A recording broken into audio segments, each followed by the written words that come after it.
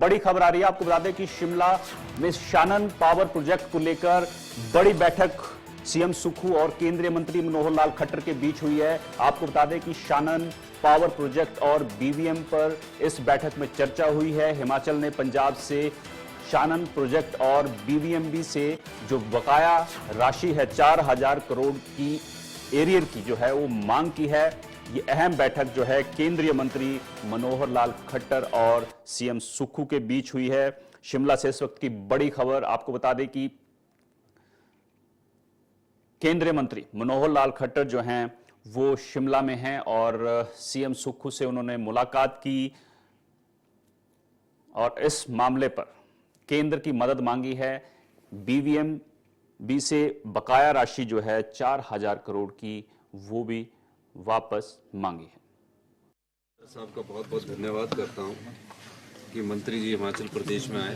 पूरे देश में एक प्रकार की इन्होंने प्रक्रिया शुरू की है और बहुत अच्छी बात है। इस प्रक्रिया के माध्यम से हमें खुला टाइम मिल जाता है और उनसे चर्चा करने के विषय जो होते हैं उन पर खुलकर चर्चा भी होती है और हमको प्रेजेंट करने का भी मौका मिलता है। आज बड़ी सौहार्दपूर्ण वातावरण में बातचीत हुई, विषयों को समझा गया। हमारे ऊर्जा के क्षेत्र में 2-3 इश्यूज थे। पहला इशू है कि हमारी सुन्नी, लूरी, धौलासीद और कुठेर पावर प्रोजेक्ट में 12, 18, 30 वाला प्रोजेक्ट और 40-7 वाला प्रोजेक्ट हमको हिमाचल में वापस मिले। पॉलिसी नेशंस के लिए होते हैं, लेकिन उसमें गंभीरतापूर्ण विचार करके कहा गया कि हम सब बिंदुओं पर विचार करेंगे इस पॉलिसी के बारे में और 15 जनवरी तक कोई ना कोई इसमें फैसला लेने की बात की गई है और ये मैटर अभी कोर्ट में भी है। तो इन विषयों पर बहुत विस्तृत से माननीय मंत्री जी ने देखा, विचार किया, क्योंकि हमारे पास पानी के अलावा कोई रॉ मटेरियल है ही नहीं है। इंडस्ट्री हमारी सिर्फ बद्दी वाली लाइन पर है। तो ये हमारे लिए एक बहुत ही महत्वपूर्ण विषय था जिस पर बहुत गंभीरता से विचार करने के बाद अधिकारियों के बैठे करने के बाद फिर कैलकुलेशंस पर जाएंगे, फिर कैसे आगे बढ़ा जाएगा वो फैसला 15 जनवरी से पहले आएगा। दूसरा विषय हमारा शानन बारे में था।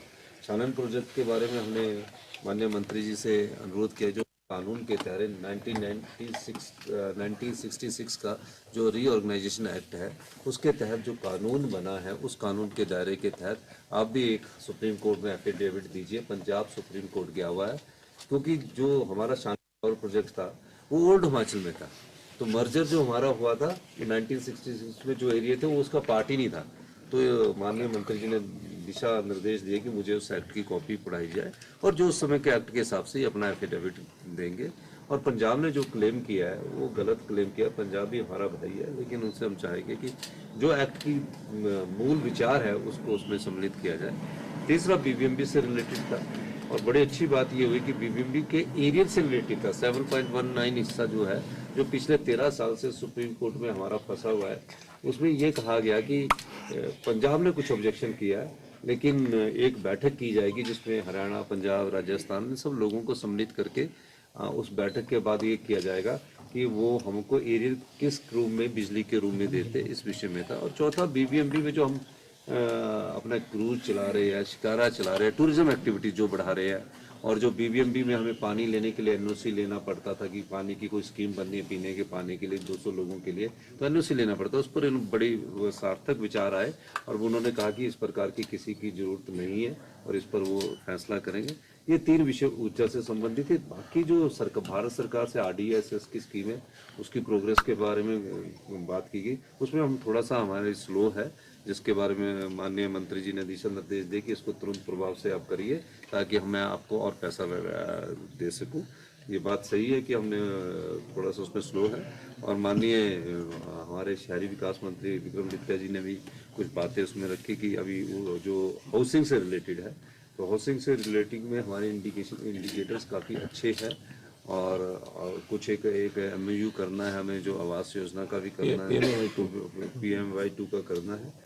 उन दोनों विभागों का हमारी रिव्यू मीटिंग्स हिमाचल सरकार के साथ हमारे मुख्यमंत्री हिमाचल प्रदेश उपस्थित हैं और विक्रमादित्य जी मंत्री हैं आवास शहरी विकास के नाते। हम लोगों ने एक रिव्यू, जैसे रेगुलर रिव्यू किया जाता है उसी प्रकार की मीटिंग्स मैं स्वयं देश के हर प्रदेश में जा करके और ये मीटिंग्स कर रहा हूँ। तो उसमें जितने भी हमारे पेंडिंग इश्यूज होते हैं, विषय चल रहे होते हैं, उसका रिव्यू किया जाता है, कितने में प्रगति हुई है, कहाँ उसमें कोई कठिनाई आ रही है, उन सब पर विचार करने के बाद आपसी सहमति बना करके विषयों को आगे बढ़ाया जाता है। जहाँ तक ऊर्जा विभाग का विषय है तो यहाँ मैं मानता हूँ कि हिमाचल प्रदेश जो है वो ऊर्जा के नाते से एक बहुत पोटेंशियल यहाँ पर है और हाइड्रो प्रोजेक्ट्स यहाँ पहले के लगे हैं, नए लगाने का भी स्कोप बहुत है। उनमें कुछ प्रोजेक्ट का विषय चल रहा था। एक विषय विशेष तौर पर हमारी हिमाचल सरकार की ओर से था कि फ्री पावर जो हमारा शेयर है वो बढ़ना चाहिए, उस नाते से यह पॉलिसी भी बनी है। उसमें थोड़े आपसी सहमति के नाते से कुछ बिंदु थे, उस पर विचार किया है और हमें किसी पॉइंट पर पहुंचे हैं कि जल्दी उसमें महीना 2 महीने के अंदर अंदर उसको हम अपने सारी कैलकुलेशंस करा करके और जो भी रास्ता निकलेगा वो हम आपस में सहमति बना करके रास्ता निकालेगा, ताकि जो प्रोजेक्ट्स हैं वो रेगुलरली आगे बना करके और उसका लाभ देश को हो।